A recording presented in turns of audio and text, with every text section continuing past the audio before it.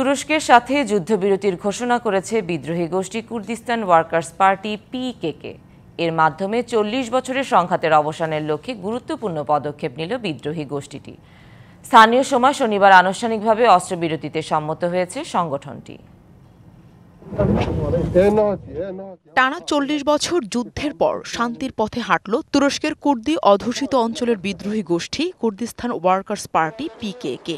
এই ঘোষণার মাধ্যমে তুরস্কে দীর্ঘ সময় ধরে চলা এক অস্থিতিশীল পরিস্থিতির অবশেষে অবসান হতে চলেছে।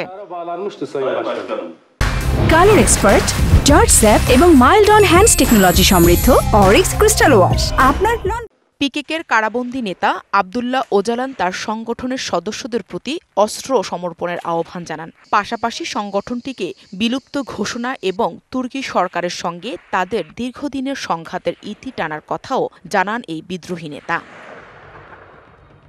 ১৯৯৯ সাল থেকে ইস্তাম্বুলের কাছে একটি দ্বীপ এলাকার কারাগারে বন্দী আছেন ৭৫ বছর বয়সী আবদুল্লাহ ওজালান। বন্দী অবস্থাতেই তিনি পিকেকের ওপর ব্যাপক প্রভাব বজায় রেখেছেন।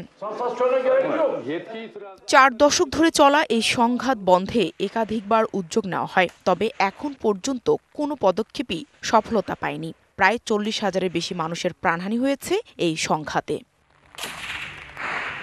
তুরস্ক, যুক্তরাষ্ট্র ও ইউরোপীয় ইউনিয়ন কর্তৃক সন্ত্রাসী সংগঠন হিসেবে তালিকাভুক্ত পিকেকে ১৯৮৪ সাল থেকে সশস্ত্র বিদ্রোহ চালিয়ে আসছে, যার লক্ষ্য ছিল কুর্দিদের জন্য একটি স্বতন্ত্র মাতৃভূমি প্রতিষ্ঠা করা। তুরস্কের ৮,৫০,০০,০০০ জনগণের প্রায় ২০% কুর্দি। Nahida Rinthi, DBC news desk.